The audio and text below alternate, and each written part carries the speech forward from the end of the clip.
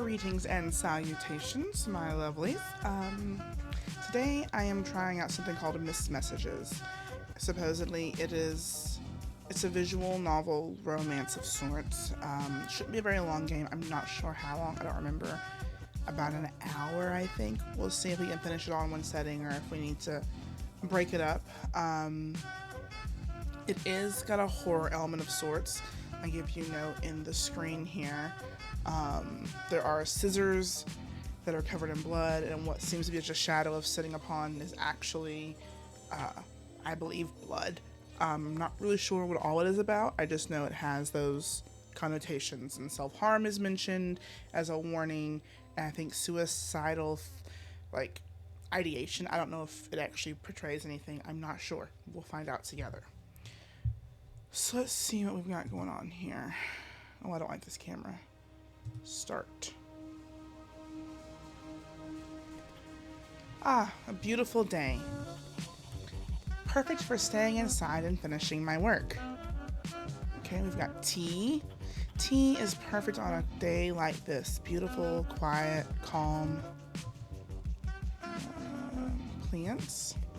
Hello, my green, leafy best friends. I'll have you guys know, I can't grow plants. I don't know if I've mentioned it before, but I can't grow grass. I don't do things that grow like that. Books. Books with titles like Multivariable Calculus to let people know that I am a capable member of society. I have never read them.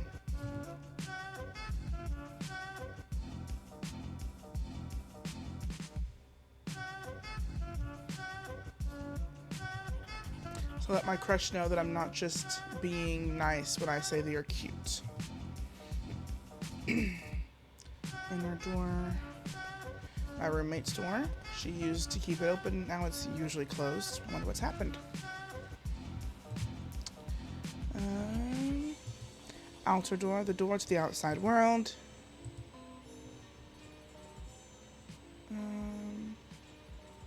Go back. Did I miss something? Hold on. Oh, I have the options to the bathroom. Okay, let's stay in here for now. Okay. Laptop. I need to work. Oh, I don't do math. I need you guys to know when you start putting letters and numbers and...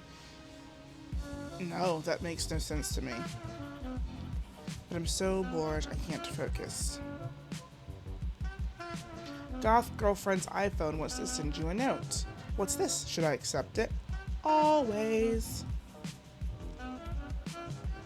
Accept. Oh, it's a little Pomeranian with a cap and glasses and sunnies. It's cute. Let's send a meme back. Wonder if she'll respond. How do I close this? Close. Thank you for the dog. Oh, it's a wee bear. It's ice bear. Accept. You're welcome. So, Pastel Princess MacBook Pro. What are you up to? Existential crisis. I feel you. I hope I'm not distracting / bothering you. Let me know if you ever want to have a crisis together. I'm currently procrastinating on some work with makeup. Let's see the makeup. Thank you, you're sweet. Let's see the makeup. I'm sure you worked hard on it. Tell me I'm beautiful, mother. You're the cutest. Aww. OMG, no, you're so cute. Go out with me. You're wrapped in my arms like a burrito. Be my burrito. Yes, want to meet me later tonight outside my room, 206. Yes, I'll see you. Okay.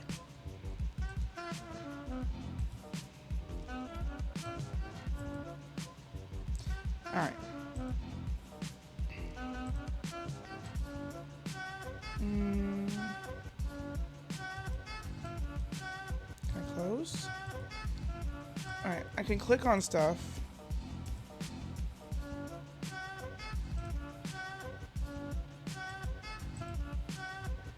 Alright, I guess we can get out of here this way. How did it go from 1 o'clock to 8 p.m. that quickly? Later that night, I went out to meet Goth Girlfriend. Before I left, my roommate opened her door. You leaving? When will you get back? Probably after 9. Oh. Why? No reason. Okay, bye then. Wait. Before the day ends, happy birthday. You remembered? No one else remembered. I didn't even remember. Of course I remembered. To you, happy birthday. Aww, she's saying for me sweetly. Thank you. No, thank you for being my friend. Aww. Can we keep her in our little pocket? She's precious. I like her pink hair. I don't think I could pull off pink hair. It's kind of purple right now. You can't tell. It's too dark. Or the light's just not facing me. It's like a dark purple-ish. Brownie purple. I don't know. What? I just thought life is so short. Well, I express my appreciation for the people I care about. In that case, you're also an amazing friend. Thank you for being my friend too. Aw. I'll see you later. Goodbye. So you always tell people that you appreciate them. You never know, you know? You never know what someone's going through. You gotta be nice.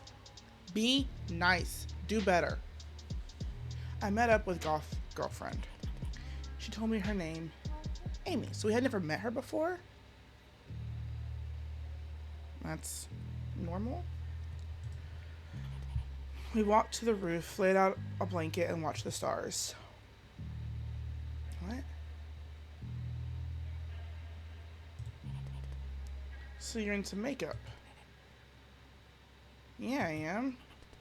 Can you imagine being so powerful you can transform into a different person? Because I can. See, I wear some makeup. Like I'll put on some eyeliner, maybe some glitter eyeshadow, something almost translucent. I used to wear darker colors, and like or more dramatic colors, I guess. I got my coffee. But first of all, it's a lot of effort. Second of all, I'm not very good at it. And third of all, I want to still look like me. Because if someone likes what I look like more with dramatic, face-altering, changing makeup, then they don't care. Like, it's my face. And this is the face that I have when I wake up in the morning. And this is the one you're going to get when I go to bed at night. And when I'm lazy or sick. And if you prefer dramatic, bold looks over my regular face, then I can't help you. So I've gotten into more subtle, still fun. Like I've got an array of colorful eyeliners, and I've been doing that lately. So I'll just put some eyeliner on and some mascara and maybe a little glitter on the cheeks. I don't like to cover up my freckles. I have like 12 freckles, and they're my freckles. I worked hard for them. Just a slight dusting upon the cheeks. So I don't do full face anything anymore. First of all, I'm just too lazy. I'm just far too lazy. But good for people who can do this. Like sometimes if I'm going out at night for some karaoke or whatever, I might be more dramatic. But regularly, I'm just not. I prefer my face. Usually. God is a woman. I don't understand if these are like thought blurpits for like the process of which we'll speak. Let time pass. As the sky darkened, I grew addicted to Amy's smile. It's getting late. We should head back. Aww. You're cute. Goodbye kiss? Yes. You're the cutest. No, you're the cutest. Oh. See? see you later. See ya. Turned my phone off to save battery. On the way back home, I checked my phone. You're a great friend. It's not your fault. I'm scared. Oh, it's past 9. We better get... When I came back home, I felt cold, nervous, but I didn't know why. There's a note on our door. I don't like that. And it's the only thing I can do. Don't come in. Call the police. They'll know what to do. Love me. Don't come in the room. Well, this escalated quickly.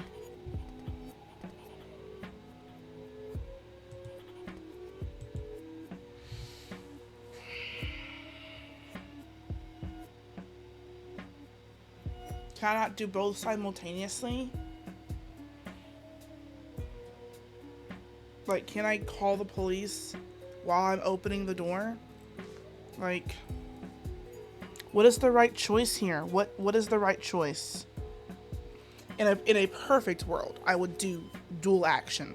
I would open the door and call the police at the same time. Because what if I can start... Because we know what we're going to find. We know. She's either going to be hanging there or will have slit her wrists. We know that. We know that this was what was leading to. There was a warning at the beginning of the game. So we know. And I just don't know what to do. I don't know what the right answer is. In real life, if I was given these two options and only these two options, I would swing the door open. The door felt heavier than usual as I opened the door. Yeah. I saw the body hanging, the smell, the sight. There was no blood, but I felt blood on my hands. I felt myself looking down on the scene, myself, her, the police that would eventually came, and a disembodied feeling. And I heard myself scream endlessly.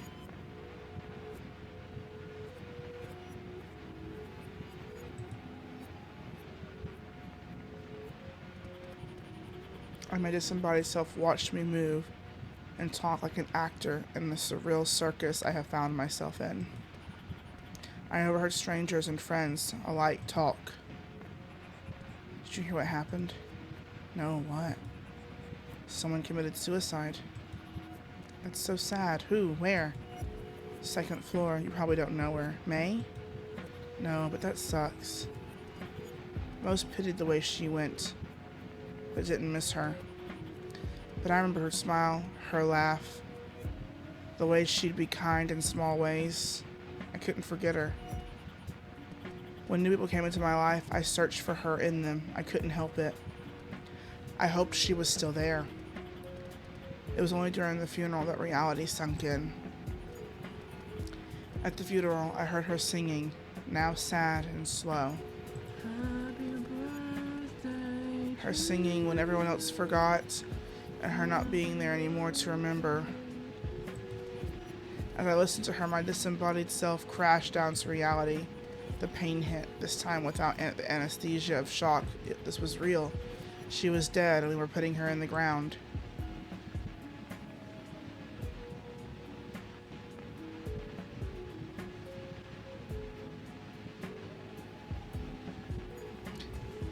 So,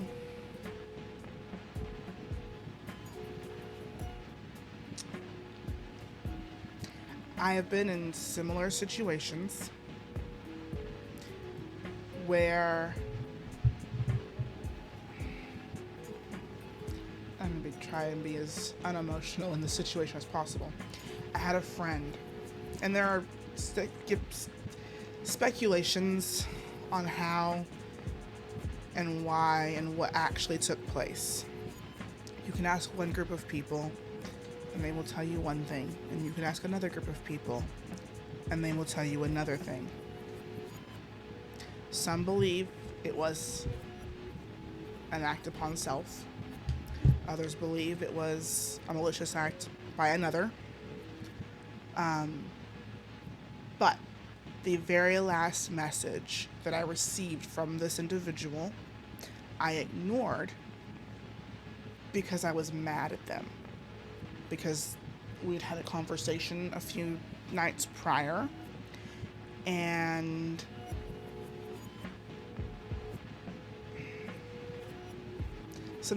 nothing bad was said per se, but I was hurt because of the context of everything that was talked about. I was hurt.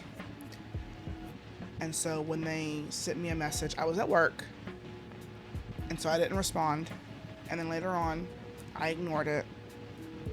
And but a few days later, someone comes to my door to tell me what's happened. And it was the worst. This was my absolute lifelong childhood best friend that if time had permitted, there is not a shadow of a doubt that this is the person I would have ended up with for the rest of my life.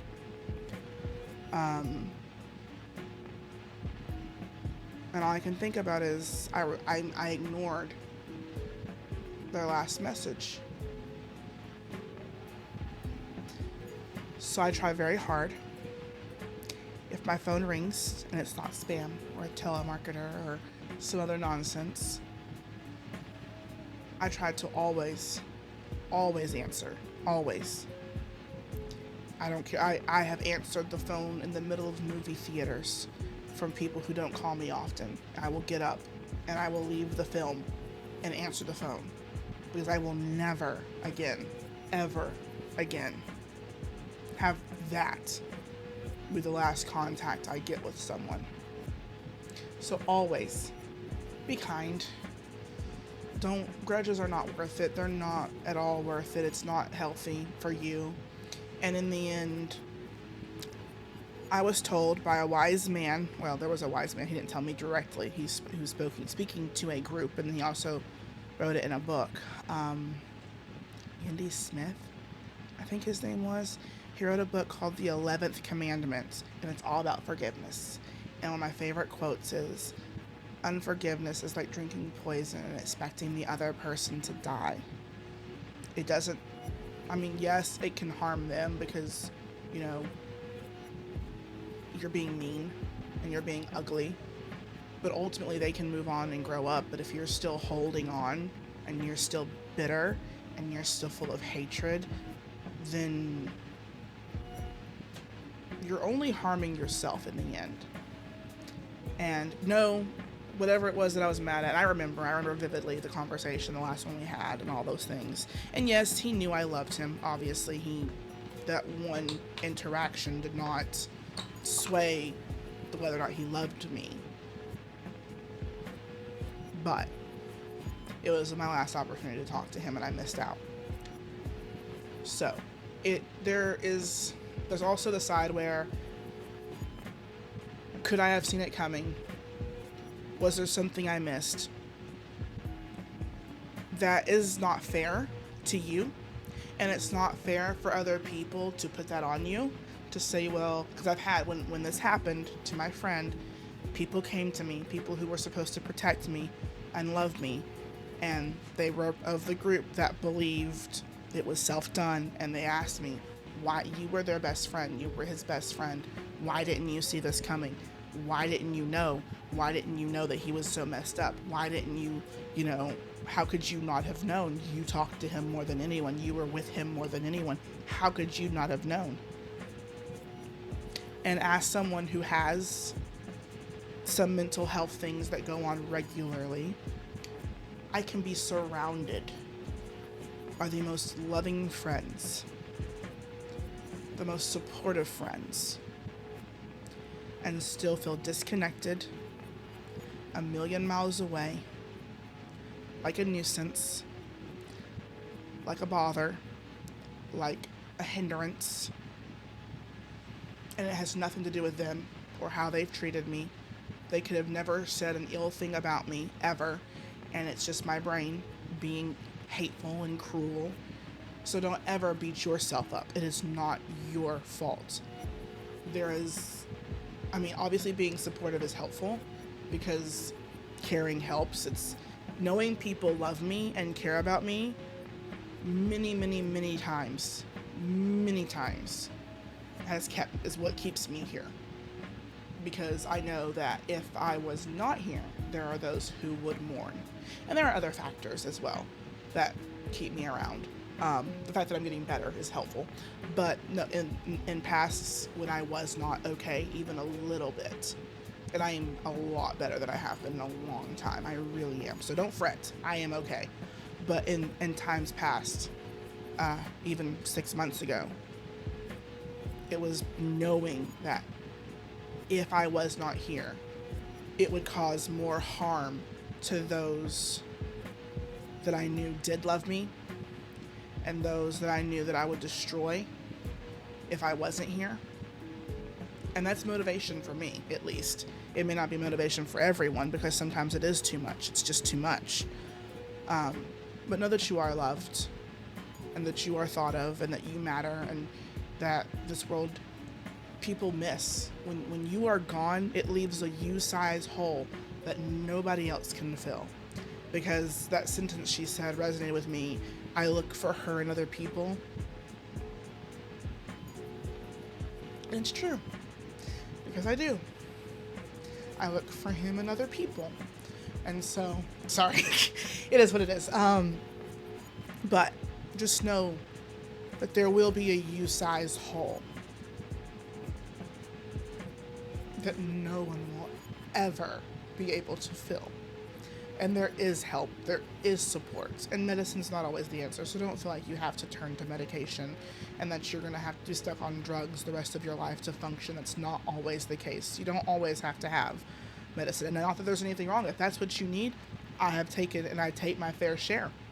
That is not what I'm saying at all. But, sometimes just talking and therapy and things of that nature, which is why my career path is so important. I'm so passionate about it because, I want to be that outlet and that support. And so if you need someone to talk to, if you need someone to listen, I know I talk a lot, but that's because I can't hear you guys and I'm stuck talking to the screen. But I'm a great listener as well. And I'm probably the most empathetic person you will ever meet. My sleeves are short, but my heart is on them. So, but I thank you so much for playing this very, very short. I've talked just as long as the game was. But I appreciate you joining and watching this with me. Hopefully, maybe something I've said mattered. And if not, that I'm just rambling, and that's fine too. But I do hope that you will come back and watch other things. And until the next one, thank you for coming.